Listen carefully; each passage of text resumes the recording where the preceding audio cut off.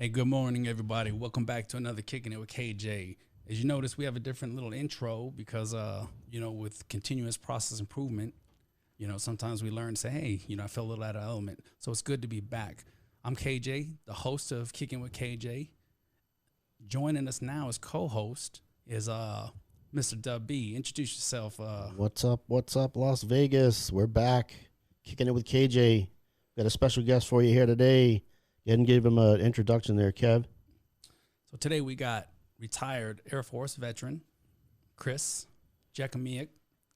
Did I say it right? Yeah, Jachimiec. It's he's like I Jachimiec. say, taking those Scrabble tiles, throwing them against the wall, come up with a crazy Polish last name right there. No, I like I've it. been called so many crazy things. I've been called in the military. Yeah, we could elaborate on that. Jamiroquai, jackass, all that fun stuff. It was great. Basic training was great. I'll say that. Man. And Where's Airman Alphabet at? Get him in here. Yeah, no kidding. Hey, Soup, get over here, Soup. Alphabet soup. Giacomo, Well, get in there. Chris is a former, he's an Air Force retired vet. He is also an Air Force wounded warrior, which is funny because we met several times, but Air Force wounded warrior kind of like solidified that relationship. Yeah, that was real ironic. Is like I put in a request for a mentor because I'm like, okay, let's see where this program goes on the next level. It's like I was kind of like swimming in circles. It was like, okay, the program's there, it's great, but I'm like, I don't have any it's all thrust, no vector. And then I put in a mentor request, and then I get you. I'm like, what? I was like, I know this guy. And then I sent him a text, and it's like, hey. And then we start talking. It's like, yeah, we know each other, and it's just weird how they made that connection. But I think it was meant to be.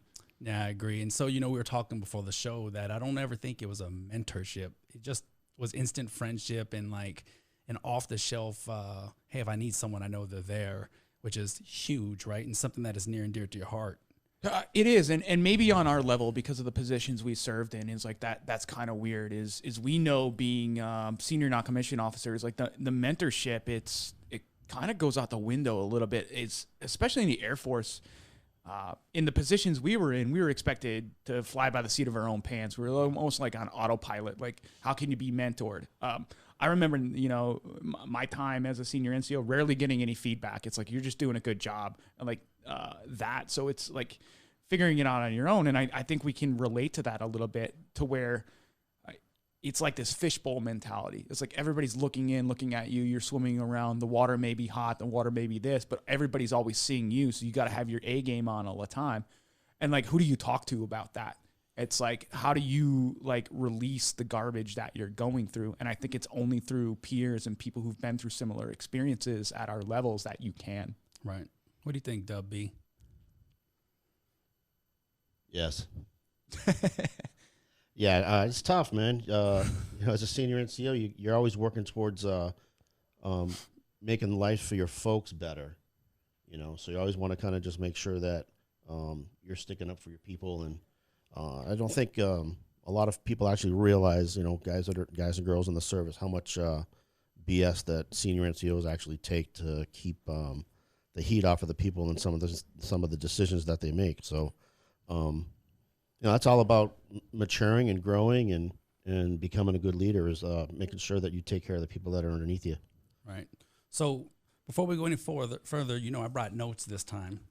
And so there's a few shout outs I definitely wanted to give, and I think we could all relate to it. So I wanted to give a shout out to the 99 FSS who created this awesome patch that I owe you. This is the way. Support the force, you must.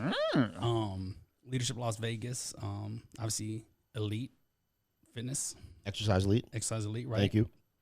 And then everybody who is actually taking an interest in liking what we're doing because we're trying to launch.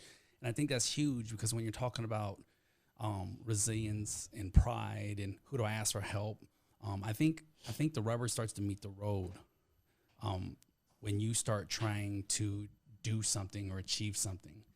And if you've given a lifetime of service and selflessness and helping, then you really see how many people are there who've got your back. And sometimes you can overthink it, and I agree with you, Chris. Like, even me as a chief, I was like, well, who can I go to and really be vulnerable and talk to as a chief about the things that are on my mind without wondering if there were going to be second and third order perceptions or thoughts about that. Yeah, there's still a lot of shame and stigma, especially that at the highest levels. Like you have to be almost infallible. Like we created this design of perfection to where you have to have that game face on. Like you can't have any cracks in the armor.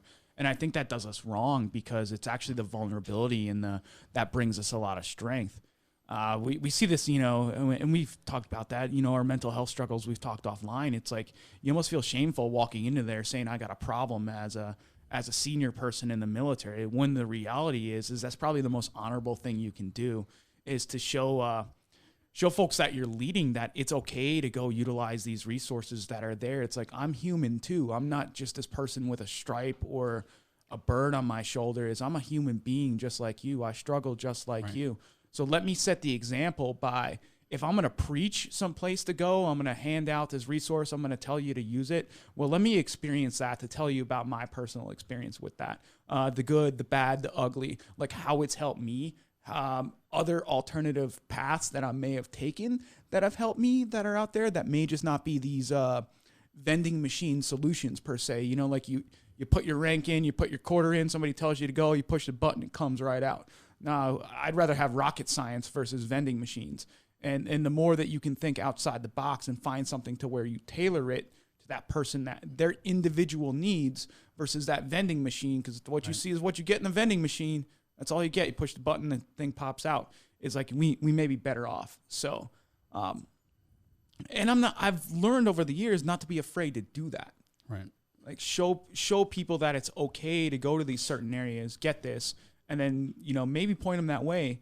But at the end, I think what you got to do is you got to find what's going to work for that person. Because sometimes, like your advice or the place that you went to, it's not going to work for that person. Right. Yeah, I know. I found it always interesting. I was talking to someone, they're like, when you were coming up, what would you have done? And it was funny because I said, no, when I was coming up, I would say, man, if I was the chief, I'd have just done that. And then I found myself as the chief not just doing that, because you make decisions that a lot of people will disagree with and they won't understand the reason why. And then there's a bunch that will appreciate it. And then there's just, hey, I can't explain to every single one of you the rationale behind the decision that's made.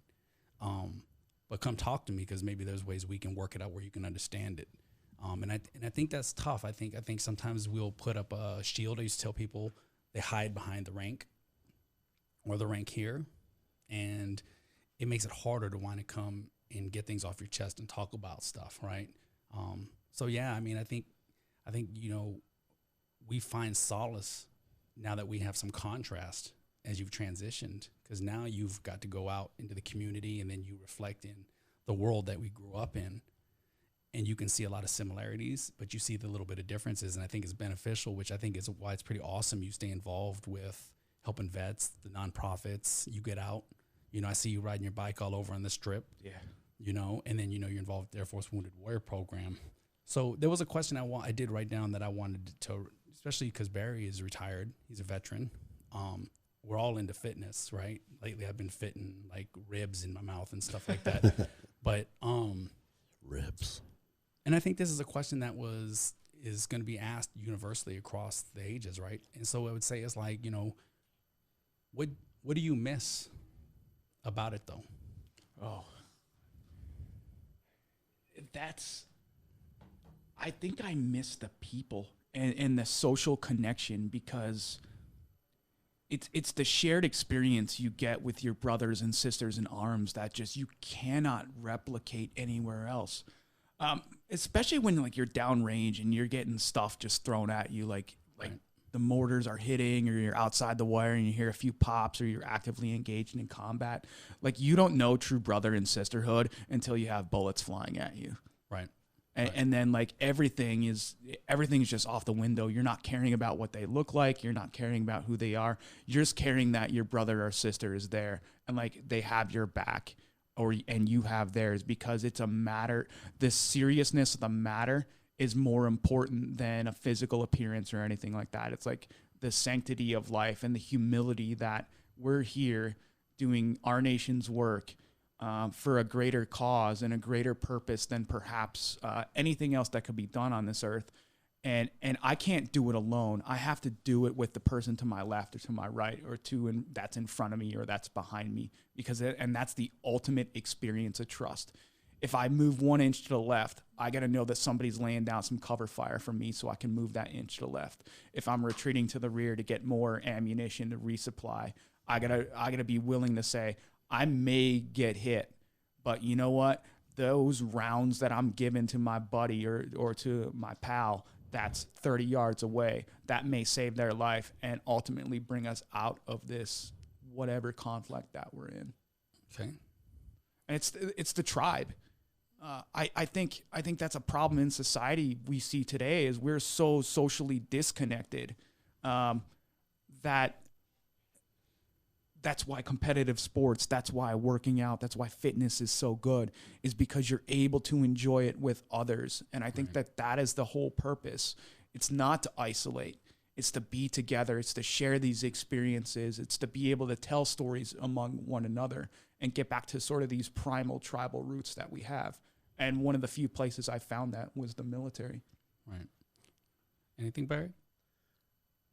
I've been retired a little bit longer than you have, so I definitely have to agree with that. You miss the people. You know, the first thing that I did when I retired from the Air Force, when I moved to Miami, there's no Air Force bases really there. There's Homestead Air Force Base, but within Miami itself, so that culture really doesn't understand the military as a whole, as far as like family, brotherhood, sisterhood, things like that. So definitely miss the people. I don't miss the crap that we have to deal with on the base itself. But, not at all. But sometimes, like I said earlier, sometimes you have to deal with the crap so you can grow as a person and you can help other people grow as well. So, you know, we do what we do. We do what we do for, you know, ourselves, our family, our friends, and we do the things that make us better in life. So you try to learn from all your experiences and you know, you just try to mentor other people and say, hey, this is how I would do it, or this is how I think you should do it. And most of the time, the people will take your advice. And then there's some folks that I like to call ask holes. They'll go ahead and ask you a question, and then they go ahead and do whatever they want to do anyways. So that's a term that I came up with. It's called ask hole. Ask. I like ask hole. So I agree. And some of the stories I used to tell people, because I think there's some perspective, because we've all been deployed. You know, I've been deployed a lot. And I think what happens is exactly what you said. We get really tight downrange. Like, I don't think rank has ever really mattered. Like, I can remember typing. Not one bit. No, I'm typing away, and it's like the lowest ranking guy in my squadron is like, hey, it's lunchtime, because we have to go together. And we have that sense of community. And I think what happens is we come back home, though, and then you have all these contending priorities, your family and things. And then it's like, hey, sorry, I can't hang out, or you don't go to lunch together, you know, and I think that hurts people. You know what I mean? It hurts a leader who can't commit the way they used to downrange. And sometimes the younger junior ranking person is like, man, did I do something wrong? Chief used to go to lunch with me every time down in Afghanistan, but now he's going to the gym, you know? And it's not personal, but I think we become so shielded, and I think it's right. It's like we're very, very sensitive to the relationships and the bonds and the friendships, especially if you go into combat and you rely on each other. But I wanted to see if you're willing to play a little something that I called True Deployment Confessions, and fill in the blank. Let's do it. You know what I mean? And I'm out. Some people out there, I think it's funny because, you know, we're not getting paid for this. Most of us do what we do because we want to share experiences and we want to spread positivity, and sometimes we got to figure out how do we connect. And we know a lot of people who have been deployed, and I hope there's an audience out there, because every time I go out and meet civilian leaders, they're like, man, how's it out? You know, what's it like when you're downrange and stuff like that? I just tell them it's, you know what, just take the Vegas Strip away and put tents on the Las Vegas Strip, and it looks exactly like Afghanistan out here then. Yeah, you're 100% correct. And I think that's one of the things I love about it, right? So, okay, you both can answer the question. Actually, the number one question is for both of you, but you know, obviously you are a special guest, right? So, question one, you ready? Some of y'all are gonna like this one, because I know who the best person is at enforcing this, right? The 2 snack rule at the DFAC is stupid and selectively enforced. True or false? Man, coming from an FSS chief, that's that's like right in your wheelhouse. Yeah, it is. I mean, like if I want 2 ice creams or I want like 7 Rip-Its, I'm gonna take 7 Rip-Its. It's like there's a million in there and they're restocked. You have a fridge full. It's like in an indefinite supply. Like I want that extra Choco Taco because that may be the difference between morale. Like what if I have to solve, like a tribal jerga with a Choco Taco by making that offering to somebody? I mean, yeah, it's ridiculous because I could go walk over to the USO and grab like 12. I think he's already answering question 2, Kev. Yeah. So yeah, take the 3rd Choco Taco. And you know what? There's these things. I listen. There's this guy. I started listening to him. He's like profound. His name's Vision Lakiani. He founded this Mind Valley University. And when he starts talking on these things, he calls them Brules or bullshit rules. And like we have a lot of rules in the military, like hands in the pocket. Like if I want to put my damn hands in a pocket, I'm going to put my hands in my pocket. If I want to walk on the grass, I'm going to walk on the grass.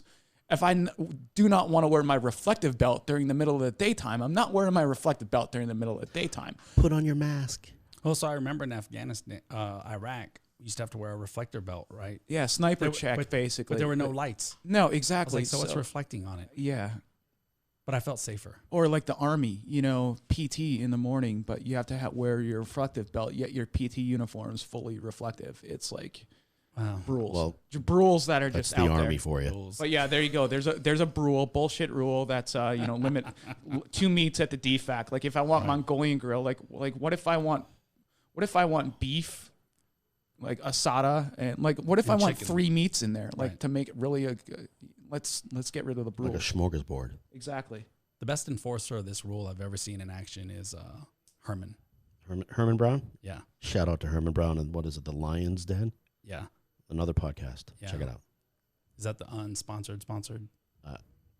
No, the unsponsored sponsor would be Dunkin' Donuts. And probably Red Bull, which Yeah, I Red used to Bull. work for as a young airman. That's a story for another day. Okay, I like it. Okay. Did you want to play that one or do you want to? I think he did a good job answering that one. I think he also answered the second one too. Go ahead and give us the second one. I'm kind of tired. I'll talk. See, I'm predicting in the future. Yeah. It's Yoda. It's the foresight with the Force that I'm seeing the questions before they come. I'll tie his answer into this next question.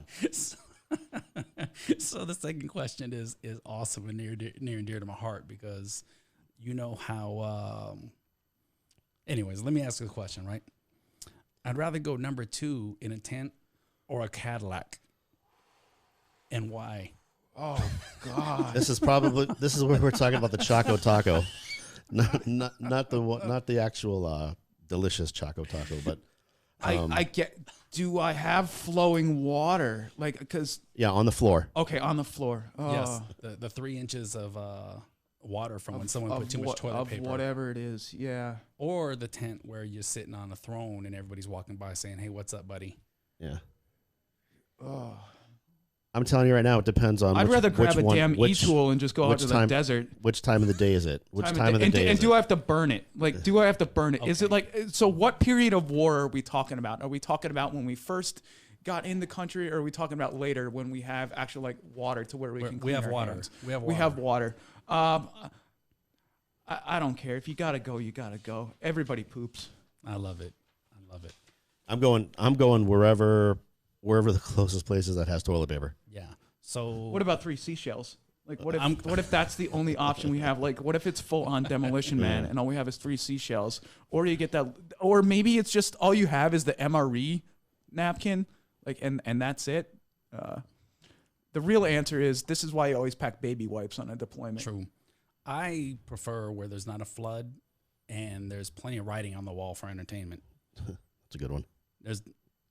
Hey, but we airmen, we got Wi-Fi at all these bases, so it don't matter. You can poop on your phone at half of these places. That's true. A lot of the kids that are out there now are kind of like, so join the Air Force. Don't join the Army, the Marines, or the Coast Guard, or the Space Force, because the Air Force gives you Wi-Fi and deployments. What? All right, and the last one is fill in the blank, right? And I kind of almost slipped up outside. You have to fill in the blank. So here we go. Blank hub.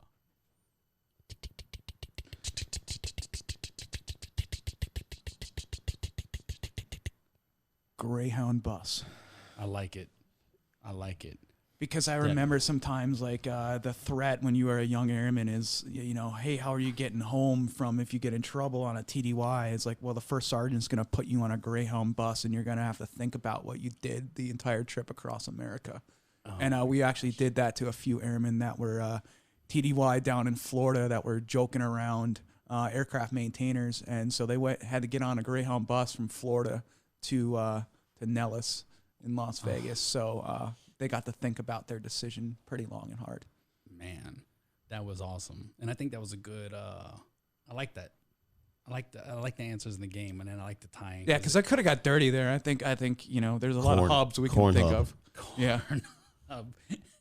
So let me ask. Corn with a C. Yeah. Not C. Or with a P, like porn. Or you could create a heavy metal one and have a KORN hub, and then you have nothing but death metal videos on there, or like 2000s butt rock. Oh, I like it. I like it. So let me ask, what message would you send to the community, right? And how can people find you? So the community right now, you know, look, we're going through a lot of stuff. I would say this is universal grief. Everybody's grieving over the loss of something. Loss of identity, loss of jobs, loss of a world that we once knew. But you know what? I don't want to go back to that world. We were overworking. We were doing too much. We were not spending enough time with our families. We were not discovering ourselves, and we were looking at material. And even through this we're still bickering with one another about that. And my message would be is through this, you know, we need to connect together. I don't like the term social distancing. No, it's physical distancing. If anything, we need to socially connect a little bit more right now. So pick up the phone, call your mom if you can, call your dad, call your brother, call your sister, call your kids you haven't talked to in a long time. Connect, load up on FaceTime, do whatever you can do to connect to get out of this isolation. You can find me on Twitter at Jachimiec, CJACHIMIEC. You can find me on Instagram at chris.jach. Find me out there. You Google my crazy Polish last name. You'll see some other speaking out there. And I look forward to seeing some of you on the roads out here on my bike. I'll be the one wearing the Milwaukee Brewers jersey or the Taps jersey and Team Semper Fi here. So just throw me up the metal horns, and I'll see you in a pit. Man, I love it, Chris. Social connection. And I love that because I see too many people on Facebook, social media who can't be open-minded enough to respect another person's perspective. All your friends. Your friends with the friends. Unfriend me if you don't like my opinion. Yeah, I don't like those posts at all. You know what? You should be open to have that. I want you to have this growth mindset. I want you to have that to where you can respect somebody else, that you can agree to disagree, because that's how learning happens. It's like, let's get into that. It's like, maybe your mindset's the one that's wrong. It's adjust fire. You know, sometimes you got to fire for effect. Like, we're downrange, is you got to zero in your weapon.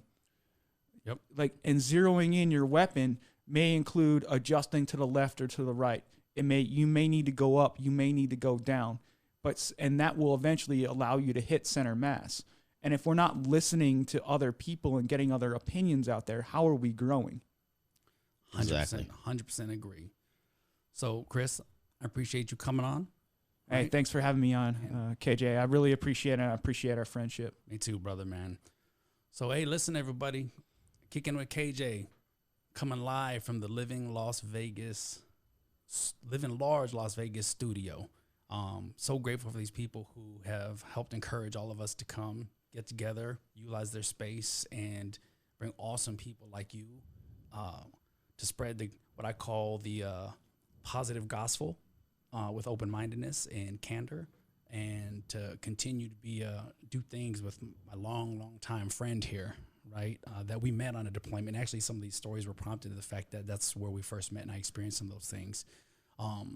If you have any ideas, if you want to be a guest, go to KickingitwithKJ@gmail.com. And again, man, thank you for joining us, and have a blessed day. Stay positive, and enjoy the weekend. Bye, world.